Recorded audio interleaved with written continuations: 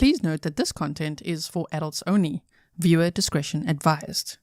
If you haven't yet, hit the subscribe, like, and share.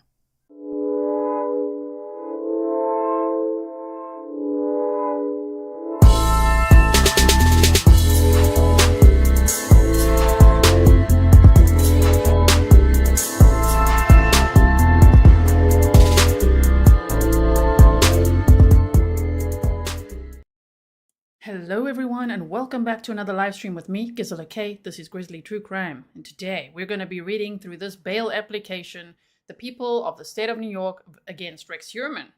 We just watched a press conference together. If you didn't see that press conference, please go check out the replay afterwards because, oh my word, that was a lot. But I think once we go through all of this together, we're going to understand it a lot better because I was like, what? Like 27 computers and how many devices and what now? What? 2 new charges. Rex Heuermann has been charged with 2 new murder charges for Jessica Taylor and Sandra Costilla. Costilla's murder dates back to 1993. This is unbelievable because it means, okay, they've got evidence. Of course, he's innocent until proven guilty, right? To proven in a court of law. But at this point, they've got evidence tying Rex Heuermann to a murder in 1993. And also dismemberment as an MO. By the way, yes, I put my hair up for this. That's right, Color Lily. I'm like, listen, people, I gotta put my hair up for this. Mr. Grizzly, I want to say thank you to him, my husband. He brought in a little fan into my office. I'm like, listen, this is gonna be intense.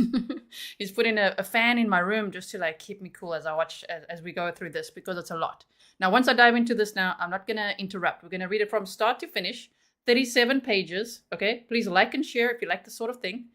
And hopefully we're going to learn lots together, right? Make sure that you are, chatting with each other and everything. I'm just not going to be interacting too much with the chat. I want to focus on this and give you a clean copy just as we go through from the top to the bottom. And then we can do future live streams talking about each little point because it's a lot.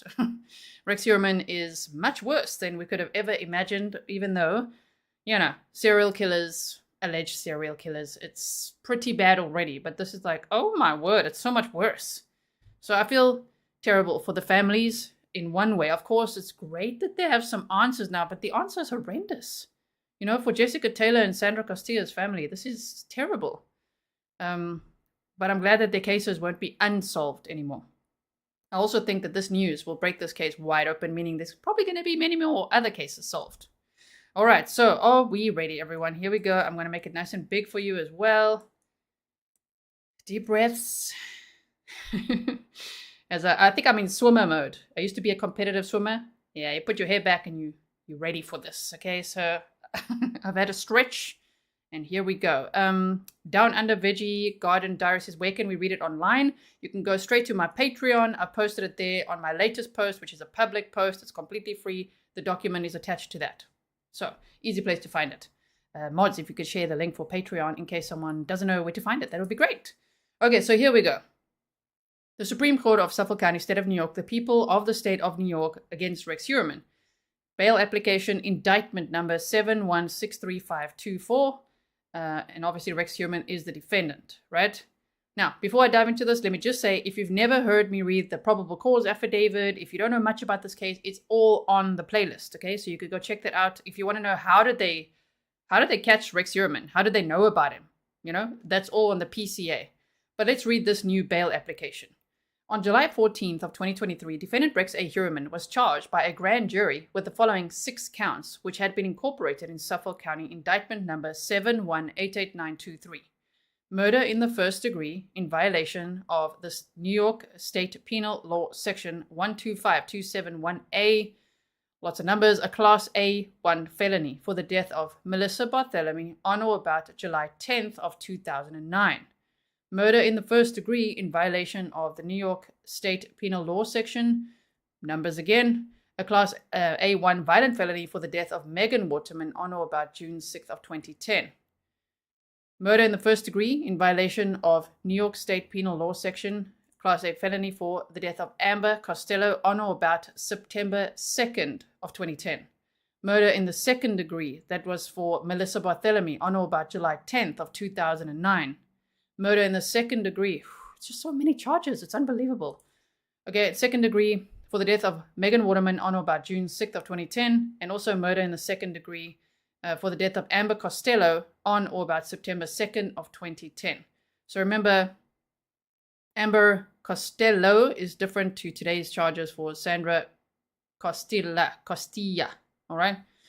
So now, on January 16th of 2024, defendant Rex A. Heuermann was charged by the grand jury in a superseding indictment, Suffolk County Indictment Number 701-2624, which incorporated not only the above counts, but the additional charge of murder in the second degree in violation of New York State Penal Law Section 125251, a Class A1 violent felony for the death of Maureen Brainard Barnes on or about July 9th of 2007. So that was the Gilgo Four. He got charged with their murders.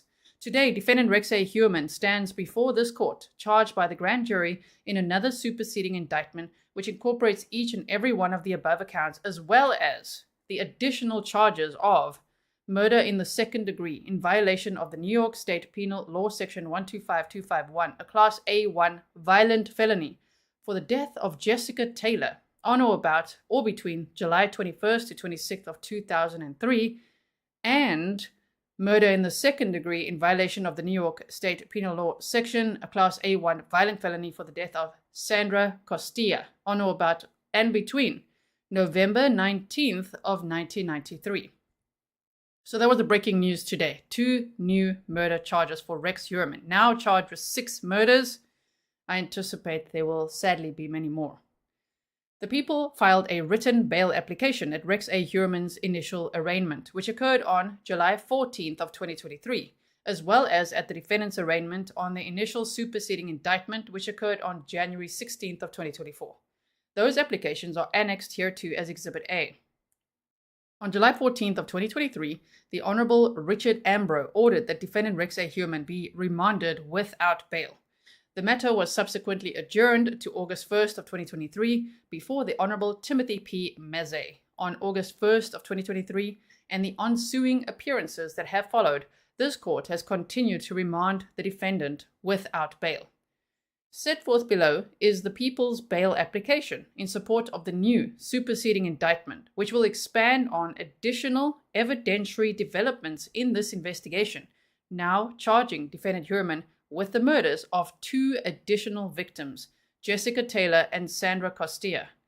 Based on defendant Heuermann's indictment on additional murder charges as it pertains to now a 5th and a 6th victim, the serious and heinous nature of these serial murders, the planning and forethought that went into these crimes, the strength of the people's case, the length of incarceration the defendant faces upon conviction, the extended period of time that this defendant was able to avoid apprehension, and the remaining facts set forth herein and contained within Exhibit A, the people remain steadfast that the only means to ensure defendant Rex A. Heuermann's return to court is to remand him without bail.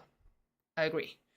The 2003 and 2011 discovery of human remains of Jessica Taylor, yes, 8 years apart, on or about July 26th of 2003.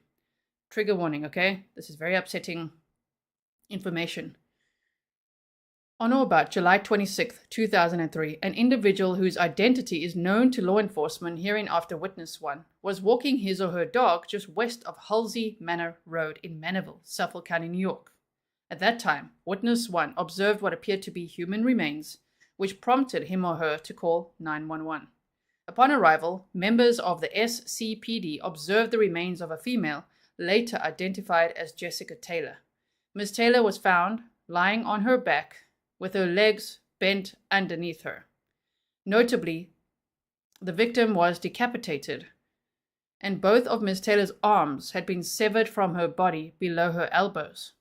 Moreover, a tattoo on the victim's torso had been severely obliterated by a sharp object. Investigators believe the mutilation of the victim's tattoo, decapitation of her head, and dismemberment of Ms. Taylor's arms were acts perpetrated by Rex A. Heuermann to, inter alia, inhibit the identification of the victim via facial recognition, fingerprints, and/or tattoo identification. During the initial investigation in Maniville in 2003, The victims' head, arms, and hands were not found at the scene, and their location remained unknown to law enforcement for approximately 8 years. On March 29th of 2011, that's 8 years later, Miss Taylor's skull, hands, and forearm were discovered along Ocean Parkway just east of Gilgo Beach, Suffolk County, New York. Notably, Miss Taylor's remains were located on the same side of the road from where Maureen Brainard Barnes, Melissa Barthélemy, Megan Waterman, and Amber Costello, hereinafter the Gilgo Four, had been found just several months prior in December of 2010. Each of the Gilgo Four victims, as well as the skull, hands, and forearm of Miss Taylor, were recovered on the same side of the road and at a depth of within 50 feet from the edge of the parkway. Furthermore, Miss Taylor's remains were located less than a mile from where the Gilgo Four were discovered. See embedded image on the following page. Hereinafter, spaces left intentionally blank. Okay, also mods, if anyone asks, it's a 37-page document. So you'll see as I scroll the page number at the bottom, we're on page 5 now. So here we've done some extensive map time as well on this case. So if you want to check out the playlist, you can see that as well. But here they put in these little pins on Google Earth to show where the Gilgo Four were found. And of course, also number 1 is over here where Jessica Taylor's partial remains were found. Information relevant to the disappearance of Jessica Taylor. Jessica Taylor was last seen on or about July 19th of 2003 in New York City. The investigation to date has established that in July of 2003, Ms. Taylor was working as a sex worker in the area of Midtown Manhattan. On July 21st of 2003, at approximately 8:41 p.m., Ms. Taylor utilized her cellular phone, hereinafter the Taylor phone, to speak to her mother. Based on witness interviews and an analysis of telephone records, the Gilgo Homicide Task Force has learned that the two spoke for approximately 7 minutes. During that call, Ms. Taylor had arranged to visit her mother on July 25th of 2003 in Poughkeepsie, New York for her mother's birthday. Less than 2 hours later, at approximately 10:22 p.m., the Taylor phone placed an outgoing call, which lasted approximately 2 minutes. Thereafter, the Taylor phone records reveal no further outgoing calls or accepted incoming calls. On or about July 25th of 2003, when her daughter failed to arrive at her Poughkeepsie residence or answer any phone calls, Ms. Taylor's mother notified law enforcement. At the time of Ms. Taylor's disappearance, Rex A. Heuermann worked in the same vicinity as where Ms. Taylor was known to street walk, i.e. work as a sex worker. Records seized during the execution of prior search warrants reveal Heuermann was, in fact, present in Midtown Manhattan on July 21st of 2003, the same date Ms. Taylor disappeared. On July 26th of 2003, and in the days thereafter, members of the SCPD canvassed the area around Halsey Manor Road, Manorville, in the vicinity of where Ms. Taylor's remains had been found. As a result, investigators spoke to a witness who had, on July 25th of 2003, at approximately 10:30 p.m., observed a dark-colored Chevrolet pickup truck backed into the same wooded area where Ms. Taylor's body was later found. Based upon their investigation, law enforcement determined that these observations would have occurred approximately 13 hours before witness 1's 911 call. Notably, the investigation to date has established that defendant Heuermann purchased a 2002 dark-colored Chevrolet Avalanche pickup truck on or about March 22, 2002, from Ramp Chevrolet in Port Jefferson Station, New York. Accordingly, on July 25th of 2003, at 10:30 p.m., defendant Heuermann would have been in possession of a vehicle matching the description of the one observed in the vicinity of where Ms. Taylor's remains had been found on Halsey Manor Road. A forensic analysis of Rex A. Heuermann's digital devices also revealed the following. 1. That on or about July 28th of 2003, Rex A. Heuermann accessed a Newsday article entitled Cops Seek Help in IDing Manorville Body, regarding the discovery of Ms. Taylor's human remains. That online activity was subsequently deleted. And 2. On or about July 29th of 2003, Rex A. Heuermann conducted an internet search for a new Chevrolet Avalanche, despite his 2002 Avalanche being just over 1 year old. See embedded image below. The analysis further shows that Heuermann also attempted to delete this search for a new vehicle. Notably, this activity occurred just days after Ms. Taylor was discovered, and just days after witnesses observed a vehicle matching the physical description of Heuermann leaving the scene.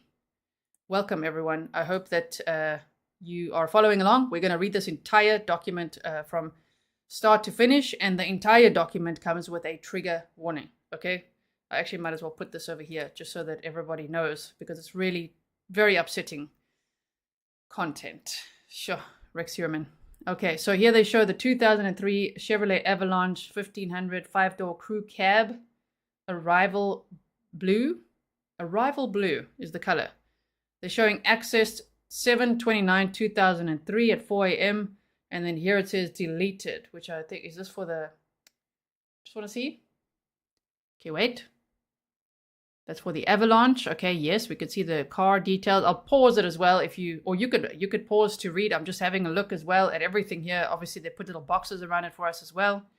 File details and things that obviously Rex Heuermann deleted, which they also showed. And this would be temporary internet files. Amazing how they can recover all of this. Finally, while the make and model of the vehicle that Heuermann searched for is the same as his 2002 vehicle, a Chevrolet Avalanche pickup truck, the exterior color is different, i.e. Arrival Blue, see embedded image below, as well as another in Summit White, which are significantly brighter exterior paint offerings by Chevrolet when compared to Heuermann's dark green 2002 Chevrolet Avalanche. Now, hairs recovered from the remains of Jessica Taylor. So I'm just going to pause it there for a second so that you can at least just see it. There it is. So after someone saw his dark-colored Avalanche, he's like, let me look up a new one. Hairs recovered from the remains of Jessica Taylor. During the course of this investigation, Ms. Taylor's body was examined by a forensic scientist with the Suffolk County Crime Lab, the SCCL, which revealed that Ms. Taylor had been decapitated, dismembered, at her arms, below her elbows, and revealed irregular disruption of the victim's nipples and the obliteration of her tattoo. During the examination of Ms. Taylor's body, a male human hair was recovered, specifically from a surgical drape that had been underneath the victim. Hereinafter male hair underneath Taylor. A subsequent examination of the male hair underneath Taylor led to the determination that it was a human head hair with Caucasian or European characteristics. However, it was, based on the DNA testing capabilities at the SCCL, unsuitable for further DNA testing at the time. On or about August 24th of 2023, the Gilgo Homicide Task Force brought a cutting of the male hair underneath Taylor to an outside forensics lab, previously referred to as in Exhibit A as Forensic Lab Number 2, which specializes in forensic mitochondrial analysis. On or about February 1st of 2024, Forensic Lab Number 2 issued a report concluding that the mitochondrial DNA profile developed from the male hair underneath Taylor and the profile developed from defendant's buccal swab are the same, specifically at a rate that would, as per the EMPOP database, exclude 99.96% of the North American population as the contributor of said hair recovered underneath the decapitated and dismembered remains of Jessica Taylor. While 99.96% of the North American population can be excluded as the contributor of the male hair underneath Taylor, defendant Heuermann cannot be excluded as the contributor of the said hair recovered underneath the remains of Jessica Taylor.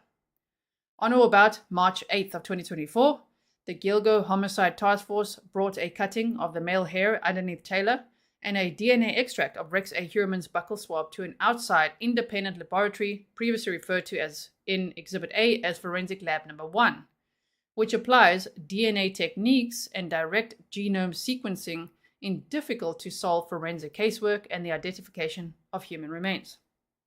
Now, if you listen to my Barry Morphew PCA, you know what I'm about to say next.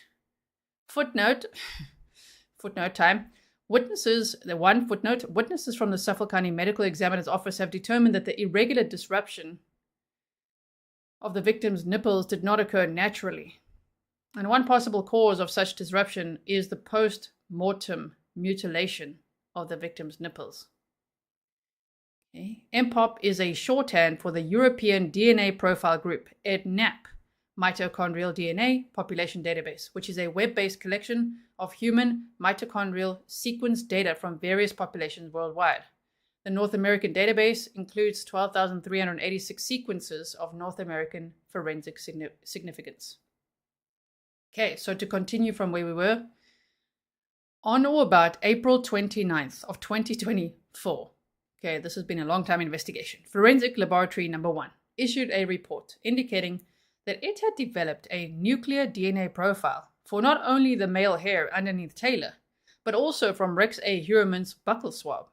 Forensic Lab Number 1 was then able to conduct a one-to-one, I just want to put my marker here, one-to-one autosomal nuclear DNA comparison between said profile, developed from the male hair underneath Taylor, to Rex Heuermann's SNP genotype file, developed from his buccal swab, which resulted in the conclusion that the DNA profile generated from the male hair underneath Taylor is 1.837 times 10 to the power of 603 times more likely to have come from a person genetically identical to Rex Heuermann's SNP genotype file than from an unrelated individual. Based on the foregoing, it is significant that 2 forensic laboratories have now independently determined that the aforementioned hair recovered from the surgical drape underneath the remains of Jessica Taylor are substantially more likely to have derived from a person genetically identical to defendant Heuermann's mitochondrial and nuclear profiles, which provides further support that Rex A. Heuermann murdered, dismembered, decapitated, and transported the remains of Jessica Taylor to Manorville and Gilgo Beach until the victims' remains were ultimately discovered in July of 2003 and March of 2011, respectively. Heuermann's family travel in relation to the disappearance of Jessica Taylor. As part of the ongoing investigation, the Gilgo Homicide Task Force has also established that Heuermann's wife and children were out of state at the time of Miss Taylor's disappearance and murder. A consistent theme, so they were out of town again. A consistent theme attributable to the defendant for each of the charged homicides thus far, which would have allowed the defendant unfettered time and opportunity to execute these crimes. Now here we've got a little explanation of the numbers, which it's even hard to read all that, but many zeros. They say the standard notation for that number is 1837 with 600 zeros thereafter. Footnote. Now, specifically in 2003, defendant Heuermann's daughter, Victoria, was a kindergarten student at McKenna Elementary School, located in Massapequa Park, New York. At the time, Victoria was classmates with an individual whose identity is also known to law enforcement, hereinafter Witness 2. Based on post-arrest interviews with witnesses, including Witness 2's family and Victoria Heuermann, the Gilgo Homicide Task Force has learned that, at the conclusion of the kindergarten school year, Miss Ellerup and her 2 children vacationed with Witness 2's family from on or about July 20th of 2003 through on or about July 27th, 2003 at Smuggler's Notch Resort, which is located in Jeffersonville, VT. Rex A. Heuermann did not attend this trip. The only note I'll add to that is, what was the story told why he would not go on these trips? Because it seemed like he missed quite a lot of them. Now, these witness accounts have been corroborated via telephone records and electronic data seized during the execution of the July 2023 search warrants. For example, agents of the Gilgo Homicide Task Force seized AT&T records, which detail calls made to and from the Heuermann residence in July of 2003.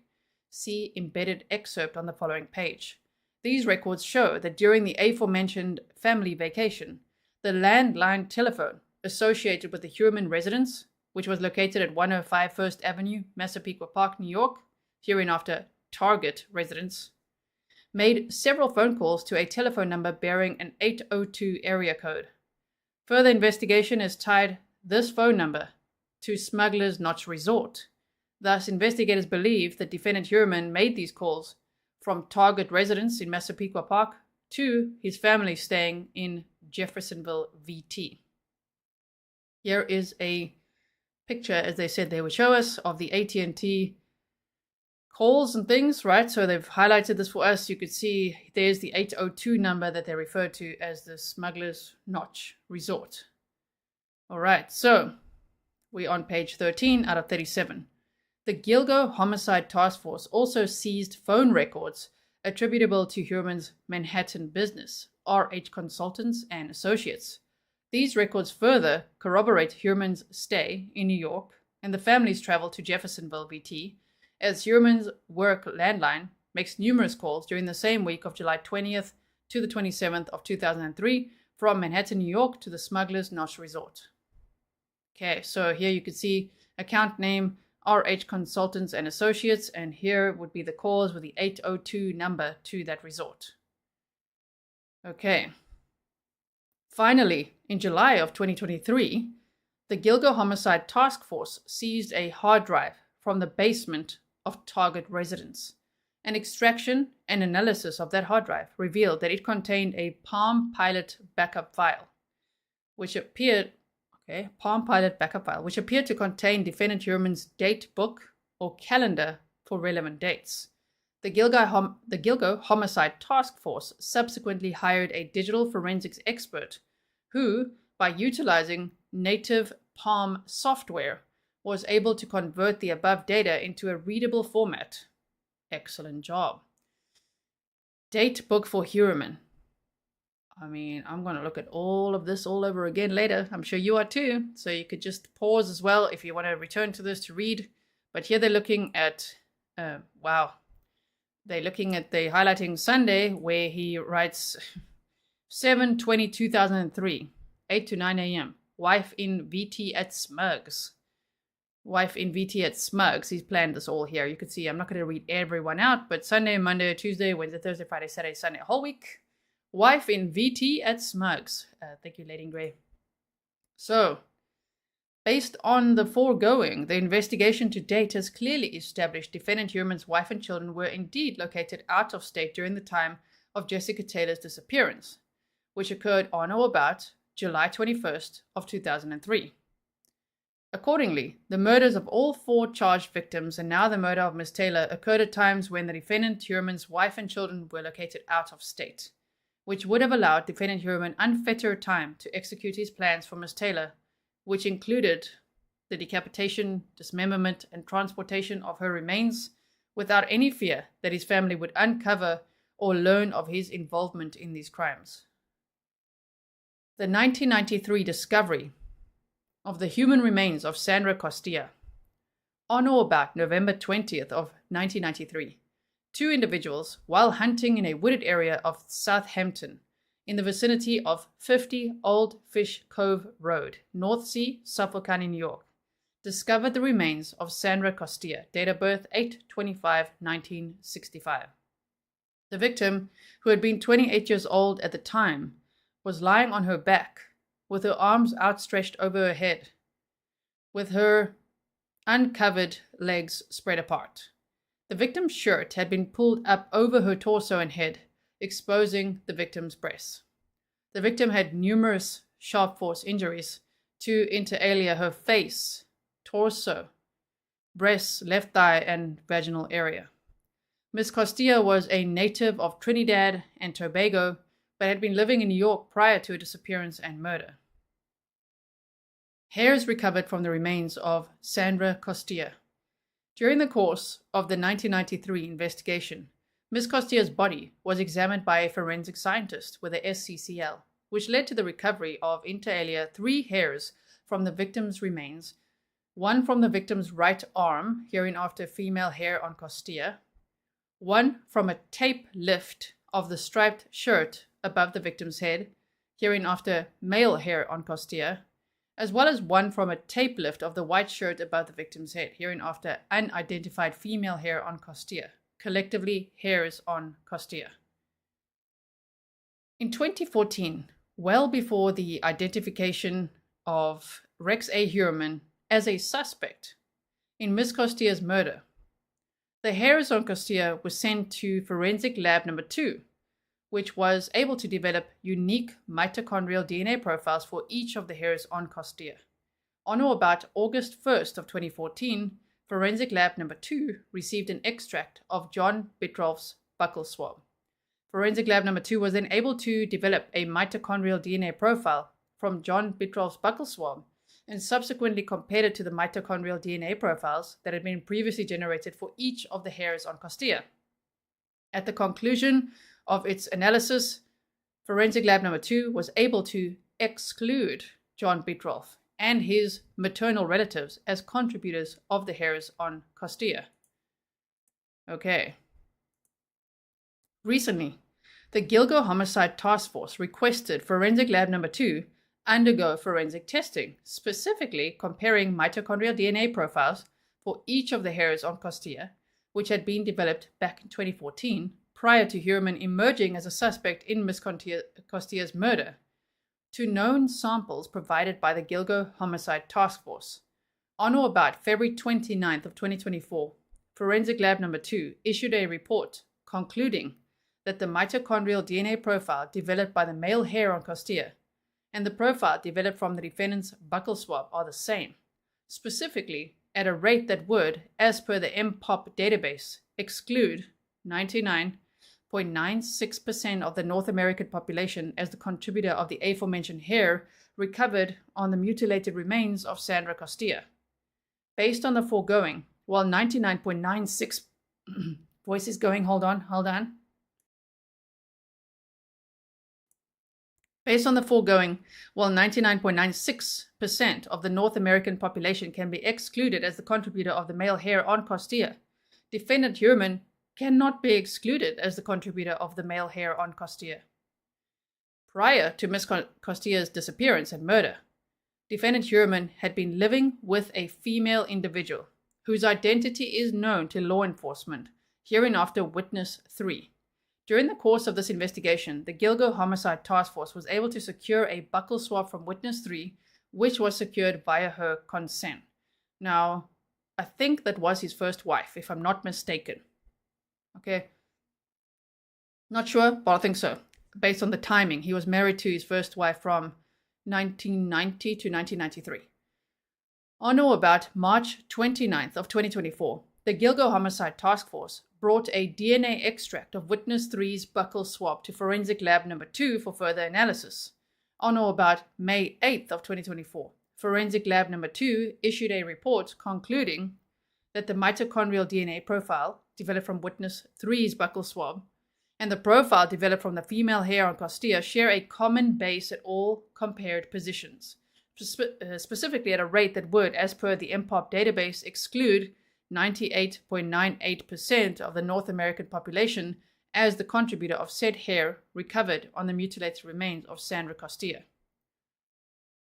There we go. Catch LISK is here. I will interrupt for that quickly. Thank you, Catch LISK. You said yes, it was his first wife at Grizzly Crime. Thank you so much, and thank you for the document.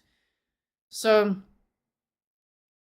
wow. Okay, so to continue from here, I'm going to read from this sentence again here. While 99.98% of the North American population can be excluded as the contributor of the female hair on Costilla, Witness 3, who had but no longer resided at target residence prior to Miss Costilla's disappearance and murder, cannot be excluded as the contributor of said hair recovered on Miss Costilla.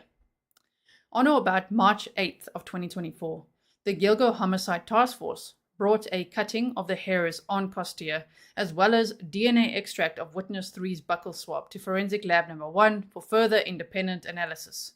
On or about April 29th of 2024, forensic lab number 1 issued a report indicating its ability to develop a nuclear DNA profile for the male hair on Costilla.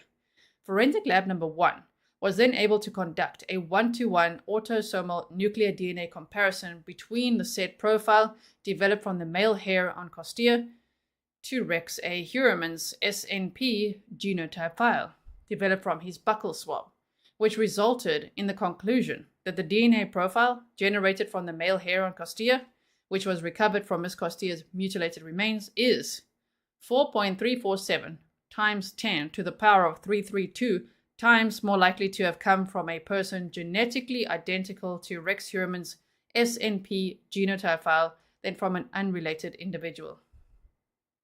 Forensic lab number 1 was also able to generate nuclear DNA profiles from not only the extract of witness 3's buccal swab, but also the female hair on Costilla. Forensic lab number 1 was then able to conduct a 1-to-1 autosomal nuclear DNA comparison between said profile developed from witness 3's buccal swab to the SNP genotype file developed from the female hair on Costilla, which resulted in the conclusion that the DNA profile generated from the female hair on Costilla is that big number right there, times more likely to have come from a person genetically identical to witness 3's SNP genotype file than from an unrelated individual. Based on the foregoing, it is significant that 2 forensic laboratories have now independently determined that male hair recovered from the mutilated remains of Sandra Costilla is substantially more likely to have derived from a person genetically identical to defendant Heuermann's mitochondrial and nuclear profiles. Additionally, both laboratories were also able to forensically tie witness 3, who had resided at target residence prior to Ms. Costilla's disappearance and murder, to the female hair recovered on Ms. Costilla's remains. So that's 2 wives' hairs on the victims. Imagine being them. That must feel absolutely horrendous. The foregoing provides further support that Rex A. Heuermann mutilated, murdered, and transported the body of Sandra Costilla to Southampton. The chart below summarizes the results from the forensic lab number 1 and forensic lab number 2, which each individually have been able to determine that hairs recovered on now 5 of the 6 charged victims are forensically tied to defendant Heuermann, members of his immediate family, or individuals with whom Heuermann resided, lending further support to the conclusion that defendant Heuermann is the individual who murdered, stripped, restrained, and transported the remains of Jessica Taylor and Sandra Costilla, as well as the Gilgo Four, until they were each discovered in 1993, 2003, 2010, and 2011. Now, footnote, it says the standard notation for this is 4347 with 329 zeros thereafter. The investigation into the contributor of the unidentified female hair on Costilla remains ongoing. The standard notation for that is 4578 with 1037 zeros thereafter. Okay, now this I just quickly have to resize a little bit for you. We want to see the whole chart. Okay. That should be good. Okay, so here we've got a table. So the table says victim, with the victim's names, designation in bail letter, approximate location of hair recovery, mitochondrial DNA results, and nuclear SNP DNA results. Okay, so victim, Sandra Costilla. Male hair on Costilla. I'm going to read from left to right, from left to right, from the top to the bottom. Sandra Costilla, male hair on Costilla, tape lift of striped shirt above victim's head. 99.96% of North American population can be excluded, but not Rex Heuermann. And here the DNA results are 4.347 times 10 to the power of 332 times more likely to come from an individual with identical genetic profile as Rex Heuermann. Sandra Costilla, female hair on Costilla, on the victim's right arm. 99.98% of North American population can be excluded, but not witness 3, which was allegedly his first wife, right? And here, so I'm not going to read this last column because you could see it's more than likely. You know what I mean? It's these big numbers here on the column on the right-hand side. Jessica Taylor, male hair underneath Taylor. And then on surgical drape, where was it found? Location of hair on surgical drape underneath the victim. 99.96% of North America population can be excluded, but not Rex Heuermann. Same thing. Maureen Brainard Barnes, female hair on Barnes, on the buckle of the belt restraining lower body. This is not available. 7.9 trillion times more likely to come from Asa Elarab. Megan Waterman, first of 2 female hairs on Waterman, outside head area. Again, that's cannot exclude Asa Ellerup and or Victoria Heuermann, so that would be Rex Heuermann's wife and daughter, and it's most likely Asa Ellerup, as they say here. Megan Waterman's second of 2 female hairs on Waterman. Tape in the area of the head, not available. Big number, more likely Asa Ellerup. Megan Waterman, male hair on Waterman, bottom portion of the burlap, and Rex Heuermann cannot be excluded from that, and it's this time more likely to be him. Amber Costello, female hair on Costello, tape in the area of the head. 99.98% of North American population can be excluded, but not Asa Ellerup or Victoria Heuermann, and it's most likely Victoria Heuermann, his daughter. All right, so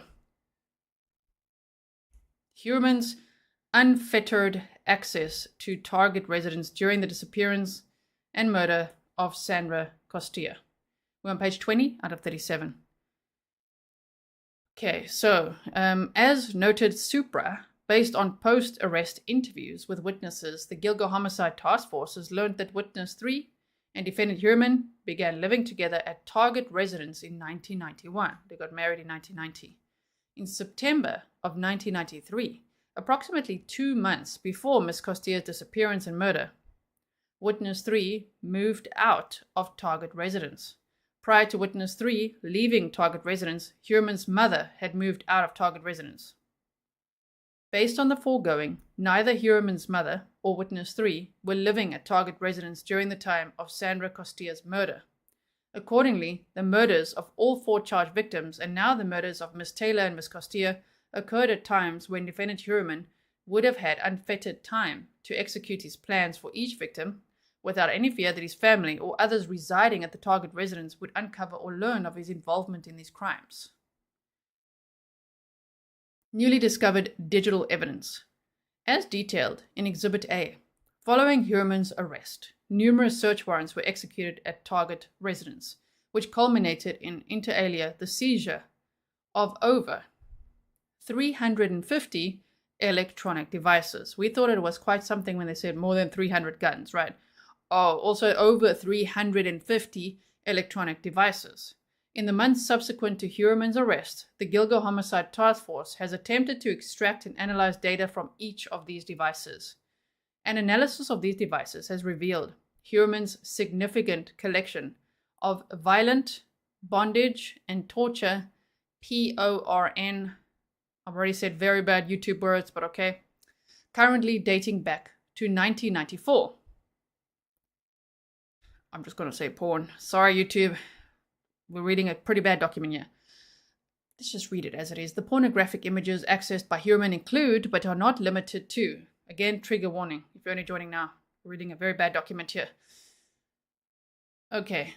They include, but are not limited to, breast mutilation, vaginal torture, sex substitution, penetration with an object, the sexualization of decapitated women, bondage and whipping, which notably and largely coincide with how the remains of Sandra Costilla, Jessica Taylor, and Valerie Mack were discovered.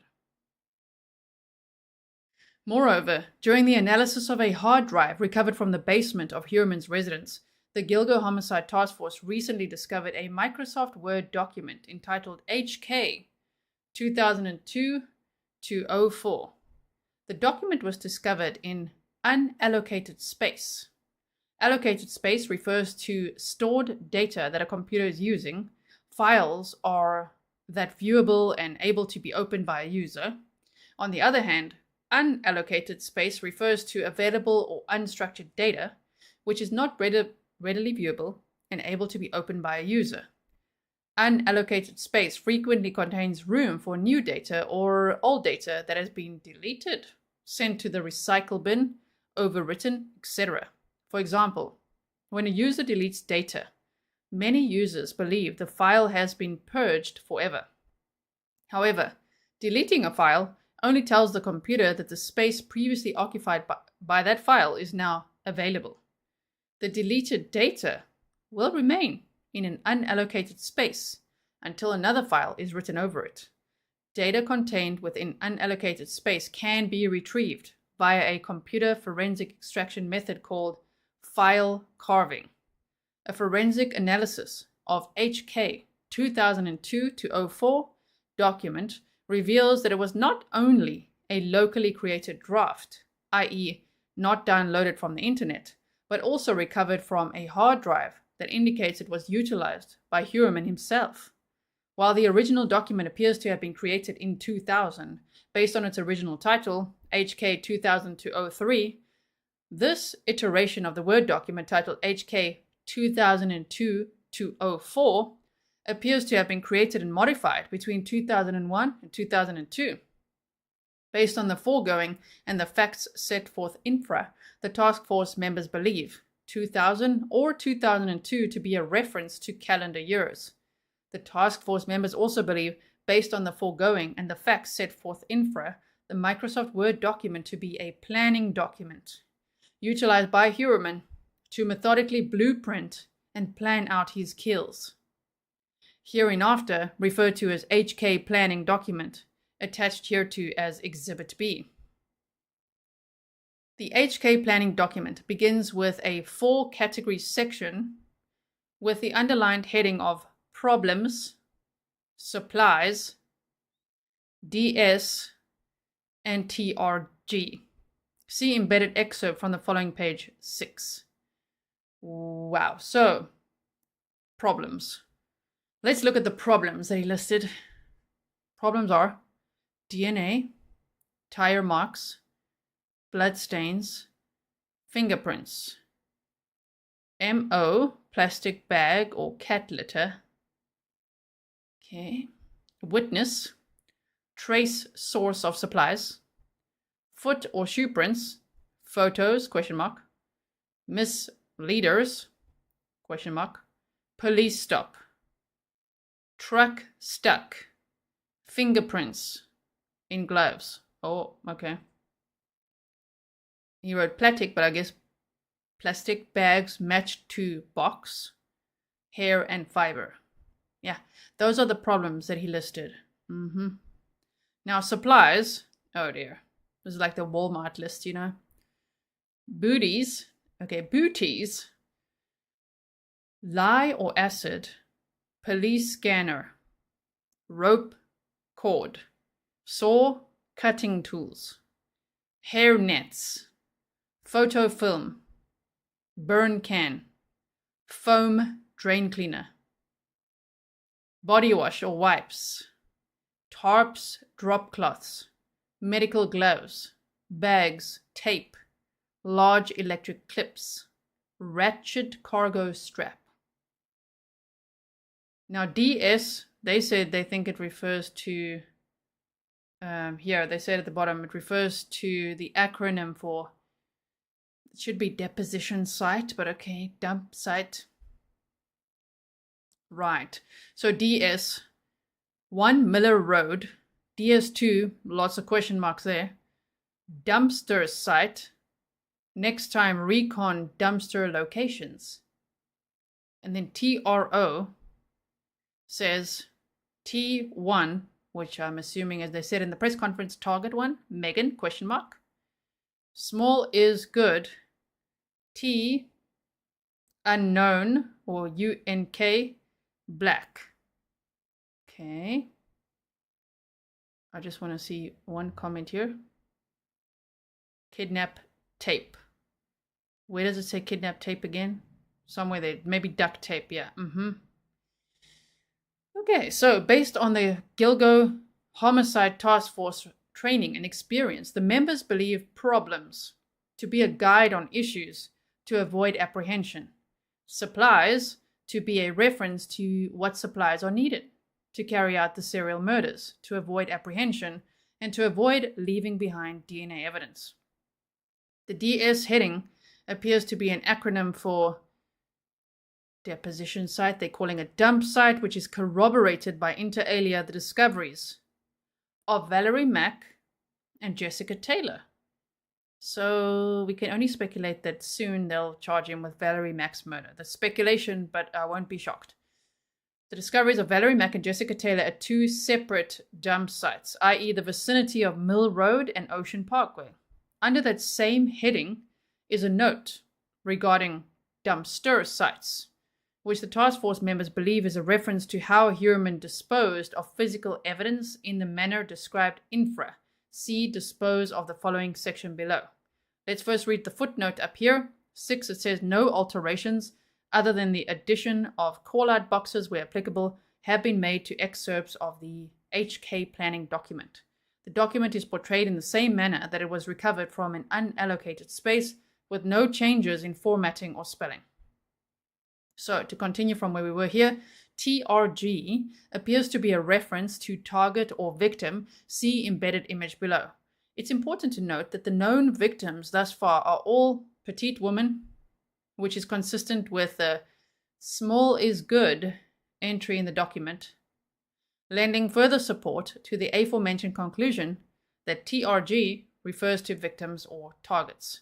So they've highlighted that DS and TRG and all of that, right? We've just looked at that as well. With regards to the DS section of the document, it's important to note that the human remains of Jessica Taylor discovered in 2003, as well as the remains of Valerie Mack discovered in 2000, were dumped in 2 locations. One of those locations being the vicinity of Mill Road, which is listed as DS1 Mill Road. In the above Word document, on March 29th of 2011, Ms. Taylor's torso and skull and hands were recovered near Ocean Parkway, i.e. a second dump site. On April 4th of 2011, Ms. Mack's skull, hands and right foot were also recovered near Ocean Parkway, also a second dump site.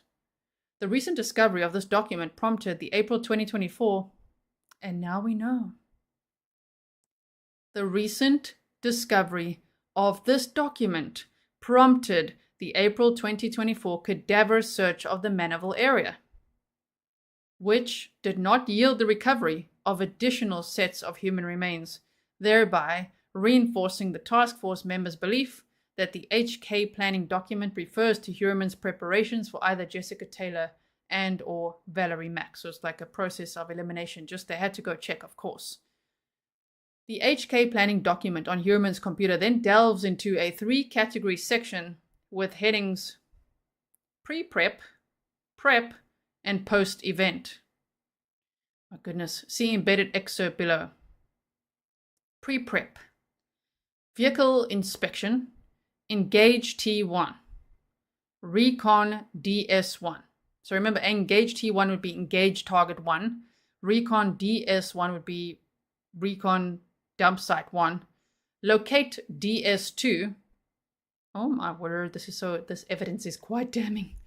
Weather report. He wants to check the weather. Recon vid cams. Recon pick zone for vid cams. Prep. Set up stage. Holding area. Build table. Crossbar hard point. Post event. Destroy file. Change tires. Burn gloves. Dispose of pics. Have story set. Damn. We're on page 24 out of 37. The Gilgo Homicide Task Force members believe that pre-prep to be a guide on steps to take in advance of a homicide, i.e. inspecting his vehicle, engaging the target, conducting a recon or survey of video surveillance cameras in pertinent areas, including the pick zone, location where the victim is picked up, and checking the weather to ensure for optimal conditions. Prep, on the other hand, appears to be a reference to steps taken closer in time to the homicide, i.e. setting up the staging area, the holding area, and table crossbar hard point for the victim. Specifically, the prep section has 5 entries: set up stage, holding area, build table, crossbar, and hard point. The Gilgo Homicide Task Force members are aware that a crossbar is often placed underneath tables to provide further structural support for heavier objects being placed on a table. Additionally, the task force members are also aware that a hard point refers in the field of sexual suspension bondage to a fixed attachment point in the ceiling that supports the weight of an individual being suspended off the ground. which is corroborated by Heuermann's significant interest in pornography, where the subject is either suspended, tortured, bound to a table, decapitated, and or their breasts are mutilated, which is consistent with the foregoing notations regarding suspension, as well as the condition of the victims described herein. Footnotes. Recon is commonly utilized as a shorthand for the word reconnaissance, which means to survey or research a specific area in order to ascertain particular strategic features. Okay, now for the last 12 pages, just quickly have a sip of water here. Okay, thanks all for being here. Like and share if you like the way I read documents to you or the way I present true crime.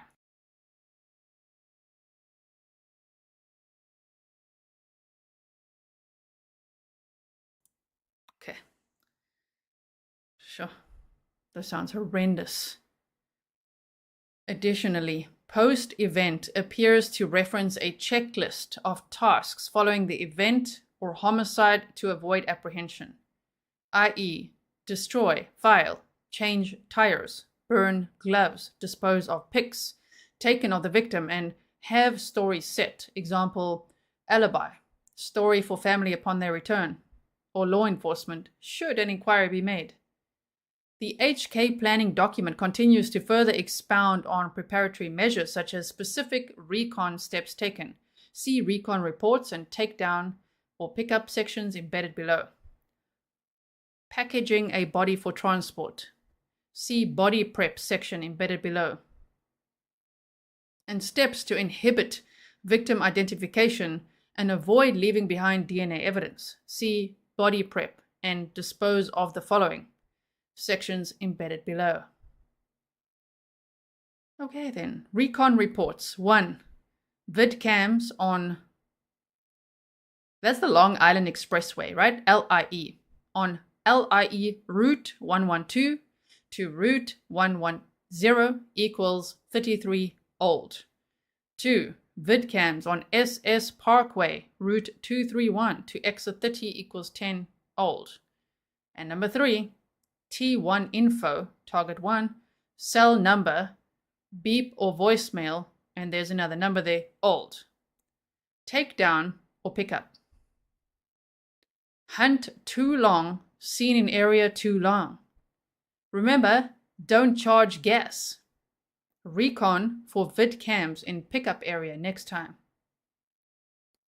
Oh, this guy planned meticulously. Now body prep. Oh no, okay, trigger warning, here we go.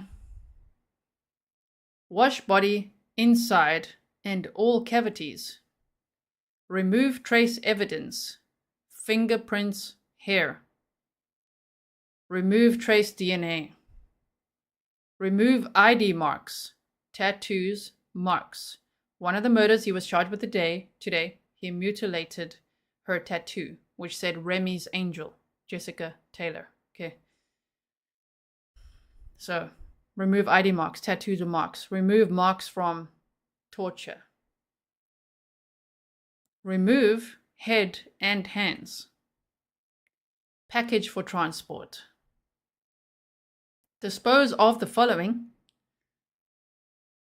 tools and devices, T1 clothes and personal items, drop clothes, wipes and towels, props, toys, wood items, anything that I touched, T1, what you wore, destroy book and computer files, burn gloves, dispose of box of plastic base to avoid trace.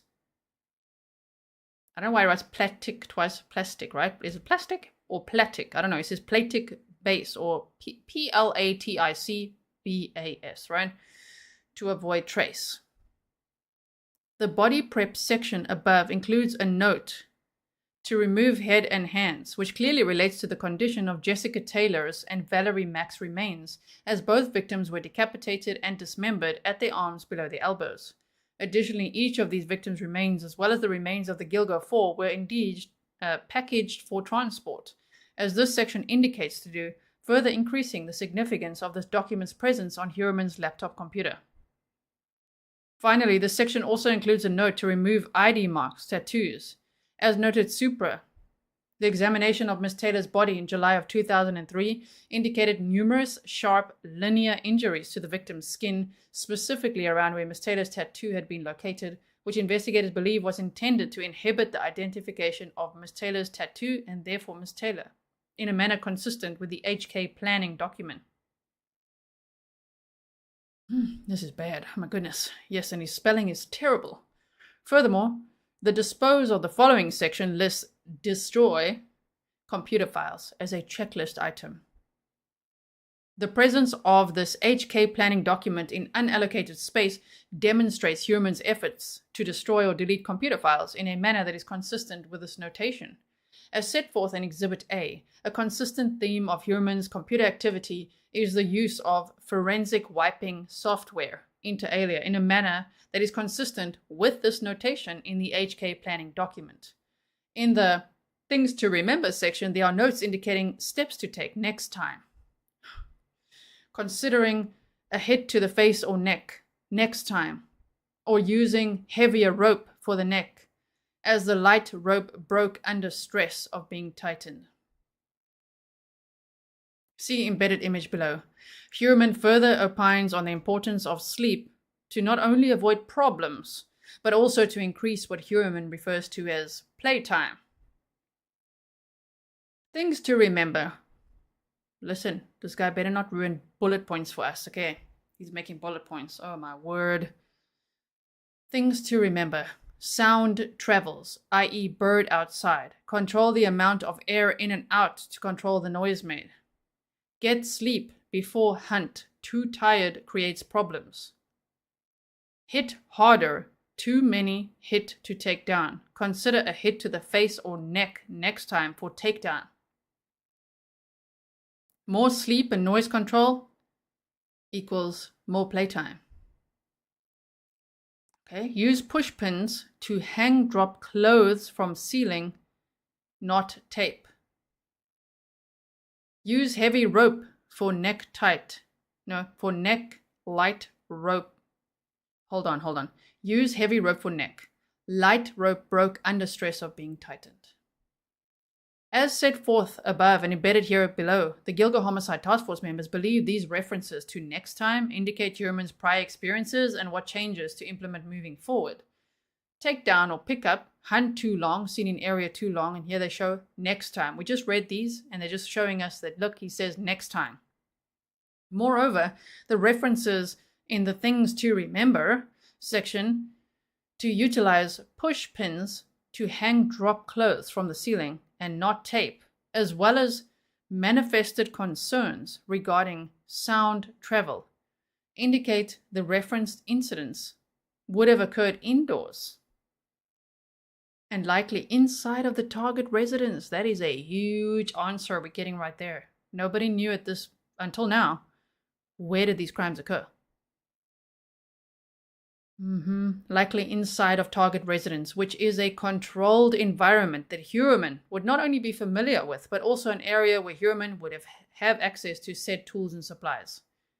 Drop cloths would also serve the twin purposes of limiting the spread of forensic evidence, such as blood, to a confined area, as well as controlling sound travel, which would lead to more playtime, which is believed to be a reference to sexual and mutilation acts perpetrated on victims.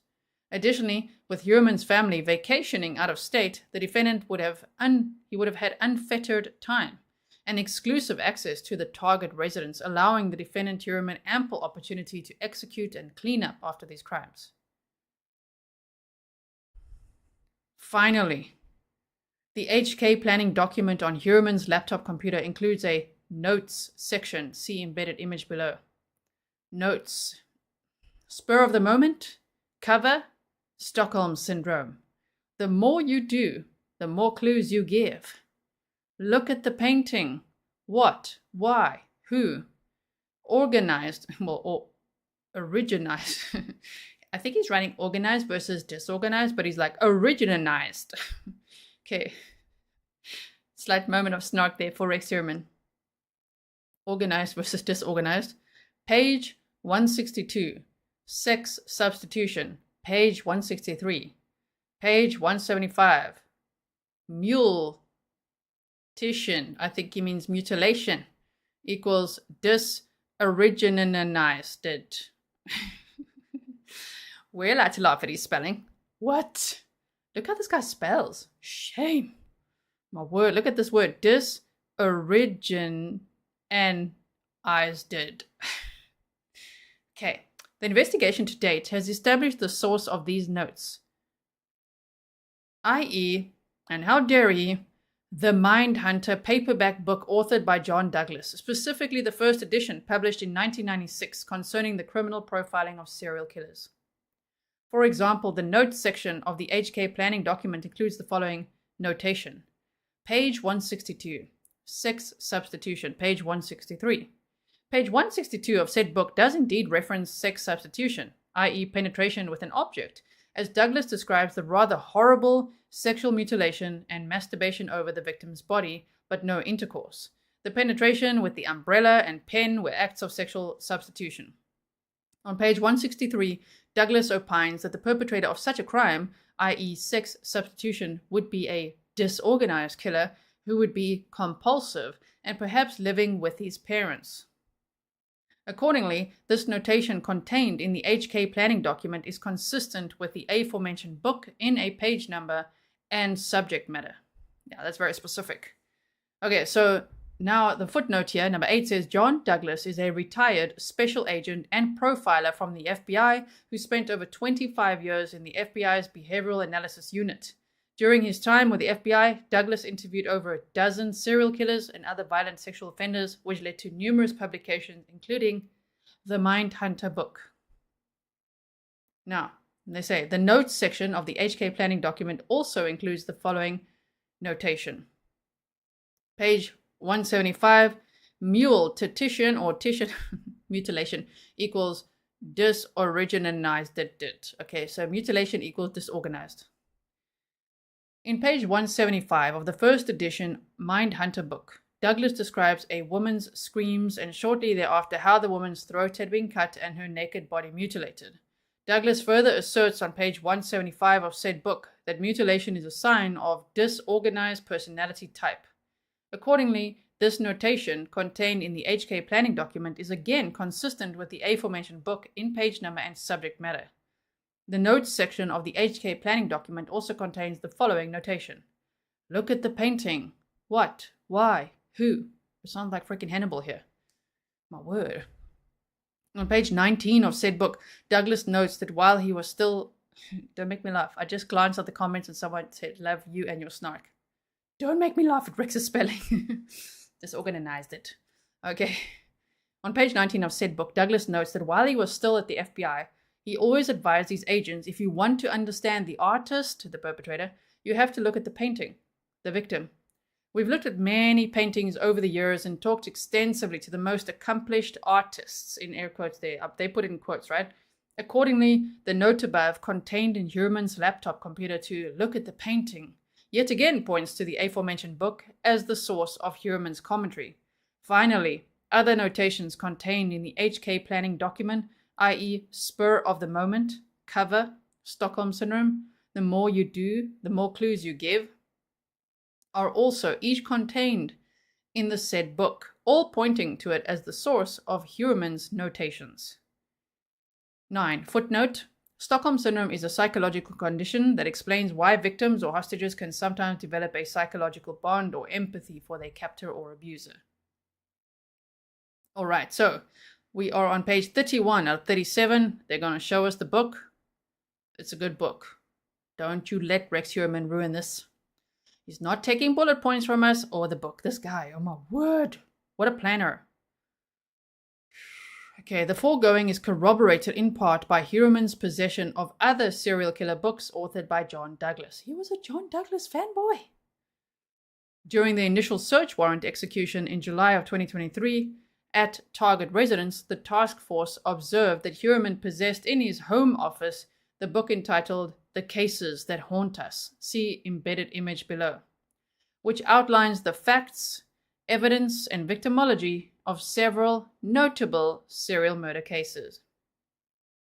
So here you can see it, absorbing and surprising the cases that haunt us, from Jack the Ripper to John Benet Ramsey. The FBI's legendary mind hunter sheds light on the mysteries that won't go away. John Douglas and Mark Olshaker are #1 New York Times best-selling authors of Broken Wings. Okay. The Gilgo homicide task force members believe that the totality of circumstances surrounding the HK... Okay, let me just say, can you imagine the team, Secret Service, as they said at the press conference, that discovered this document? Imagine being a fly on that wall, or being that person where you're like going through the files, you crack the code, you get in, you find a deleted document, and it's got all this on. Can you imagine that moment? Like, oh my word, I can't believe what I found. And you're like, look at this. So, the Gilgo... No. Let's get that accent right now. The Gilgo homicide task force members believe that the totality of circumstances surrounding the HK planning document include Heuermann's attempt to delete its existence, points to it as Heuermann's self-education and homework on the topic of carrying out serial sexual murder. Heuermann's pointed concerns regarding 1. Avoiding being captured on video surveillance, 2. Leaving behind forensic evidence, 3. What supplies to purchase, 4. How to package a body for subsequent transportation to dump sites, otherwise known as deposition site. Example, wash body inside and all cavities prior to package for transport. 5. Avoiding a paper trail tying him to crimes and or crime scenes. Example, remember, don't charge gas. 6. Concerns regarding noise and or air travel which could inhibit playtime. And 7. How to improve next time. Further confirm merely by looking within the 4 corners of the document itself its relevance in this regard. This belief is further corroborated when looking at a litany of external factors, including inter alia how the 6 victims, now attributable to Heuermann, were indeed packaged and transported. And in the case of Miss Taylor, how her head, hands, and tattoo were removed and or obliterated, consistent with the document's instructions. Furthermore, an analysis of Heuermann's computers confirms the HK planning document was in an unallocated space and had hence been deleted, which is consistent with not only the destroy computer files notation, but also Heuermann's established use of forensic wiping software. Penalties. If convicted on the current charges, defendant Rexay Heuermann faces multiple sentences of life without parole. Remand without bail is appropriate. Based on the serious, heinous nature of these serial murders, the strength of the people's case, the life incarceration of the defendant that he faces upon conviction, the extreme measures that this defendant took to attempt to avoid apprehension for over a decade, and the defendant's indictment on these additional charges, which now incorporate a 5th and 6th victim, the people remain steadfast that the only means to ensure the defendant's return to court is to remand the defendant without bail. I agree. Do you? Now, this was dated June 6th of 2024. That's today. And today there was a press conference, and that is what they discussed. So now you have all the facts, all chronologically from the document, which definitely helps to make sense of everything that Ray Tierney was like throwing out there. We were like, what, and then who? It's almost like he was repeating from memory the whole document, but we were like, what now? And then you found what? Okay, Exhibit A. I do like to say that if I have a screenshot of Exhibit A. So here's Exhibit A, previously filed, available upon request. It's blank. Exhibit B, so redacted. Exhibit B is the HK 2002-04 document. This is clearly then how it looked. Let me zoom out for you so you can see. Wait. There. That's probably how it looked. Because it's Exhibit B. You see there? Problems, supplies, DS, target, or TRG. Pre-prep, prep, post-event, notes, and then recon reports. So that's how that looked. Oh my word. Okay. And then it goes on. Body prep. Oh my goodness, look at all this. Dispose of the following. It's kind of like Dexter and Hannibal combined, and John Wayne Gacy and just everyone. It's just, this is a terrible, terrible serial killer that they caught here. What an amazing task force that was formed in 2021, 2022, right? Yeah, 2022. Oh my word. What a task force to then find this guy and look at everything they found so far. What a case to crack. Now, again, here we've got destroy, book and computer files, burn gloves, all of that, right? Things to remember. Wow, these are some scary things to remember. And that's it. That's the 37-page document. How long did it take us? An hour and 15 minutes. That's not too bad, hey? It's not too bad, actually. So, again, thank you to MB Inc. He's got a YouTube channel. Thank you for sending me the document, which I believe came from Catch LISK. Now, if you guys don't follow Catch LISK on X, gotta go check Catch LISK out. There's a Linktree link there, and there's so much there. There's so many resources, so much information from him studying the case over the years and collecting all of that in one place. So that's really great. So thank you so much to Catch LISK Raul for that. Wow. I don't even know what to say. This is overwhelming evidence, don't you think? This is a lot. So I hope that you enjoyed, not the document, not the content of it, but me reading the document to you so that you know you got it all in one place with no interruptions. Okay, maybe one or two, maybe a drop of snark here or there. Okay, hardly any interruptions. If you like that type of thing, please like and share so that others can find it as well. Maybe they want that as well. Leave your comments below. I'm looking forward to reading your comments on what on earth you think of this. Try keep it PG-13 because that's how YouTube rolls, even though this video, that's why I need you to like and share if anyone's going to hear any of this information, if they follow the case, because YouTube, the bots heard this and they're like, huh, we heard you say some bad things. Yeah, this video is going nowhere. So if you want others to hear it and what they now have against Rex Heuermann, and how they were now able to charge him with those 2 other murders. And I really suspect there will be a third very soon, which would then be Valerie Mack. Before we go, I do want to quickly show you something, just to recap this. Okay, so just hang in there. It's map time. Map time, everyone.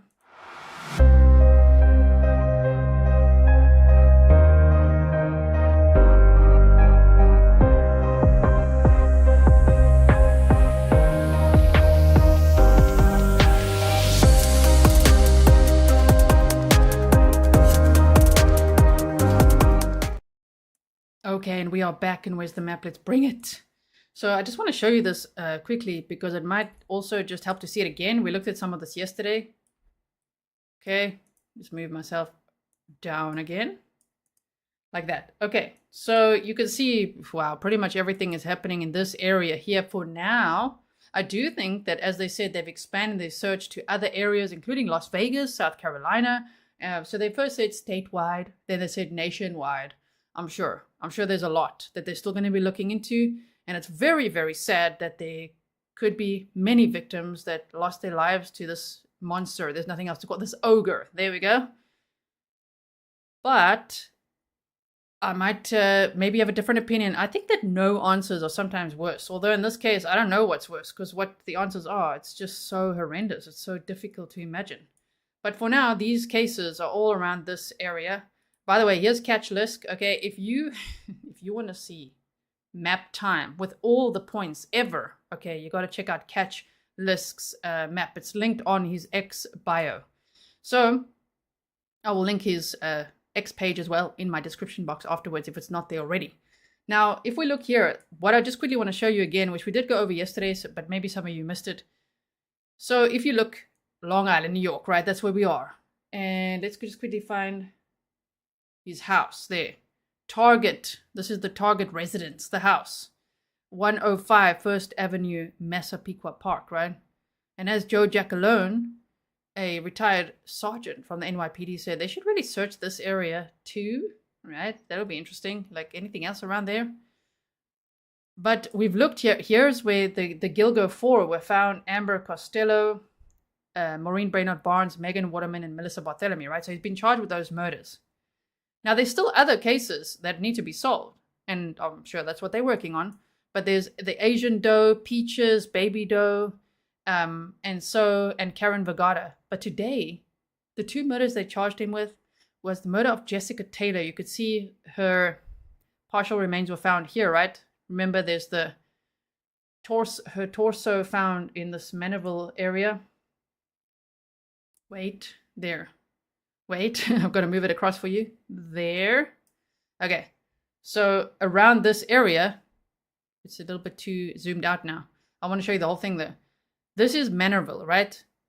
And Jessica Taylor's her torso was found there. And then her skull and hands and everything we just heard there was here. 2 different sites. Now it's incredible that they've tied this to Rex Heuermann. Now we can see why. And the same, Sandra Costilla's remains were found here. Okay? In this North Sea area in Southampton. And this is that 50 Fish Cove Road. So you can see it's also not very far away. It's also in the same sort of area. But here in Manorville, you can see that Valerie Mack's skull, hands, and right foot were found. And other remains along Gilgo. And then Jessica Taylor's torso found here. And then other remains along Gilgo. So if we go back to this Gilgo area, by Baby Doe here, wait, Baby Doe. The rest of Valerie Mack's remains were found here. Which is also interesting because it's Jessica Taylor's torso and Valerie Mack's, we'll go there again. It's almost the other way around, if you get what I'm saying, if you're visualizing this with me. So I'm thinking they're probably going to be able to charge him with this, with Valerie Mack's murder soon. And I don't know what, I mean, this is very close to where Baby Doe was found, which is the baby of Peaches. This is where Shannan Gilbert was last seen as well. But just to think that they recently went out to this Manorville area to search, and now we know it's from that HK document.